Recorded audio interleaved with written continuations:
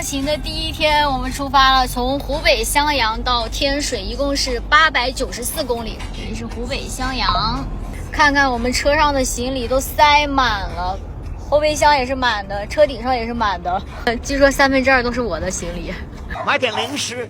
现在是2点07分，我们到了这个曲首的服务区。哎，它的厕所很干净。现在是下午4点21分，丹凤服务区。我现在已经开始累了，我屁股好疼啊！报告，现在是17点51分，蓝田服务区。这四周全都是山，好绿呀！在这买了一根烤肠，实在不知道吃什么，但是不吃又饿。报告，现在是晚上21点54分，我们在百花服务区上厕所。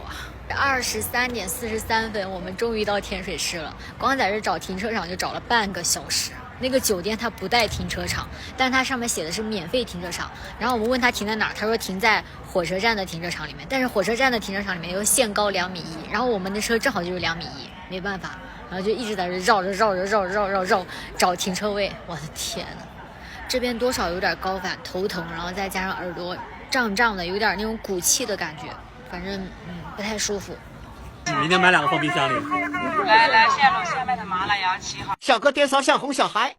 这个就是今天晚上的房间，不大也不小，挺好的，169，我觉得挺合理的，也挺干净的。不知道这个床垫怎么样？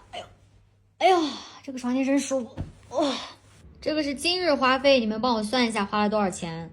去新疆的第一天完美结束啦，累瘫，拜拜。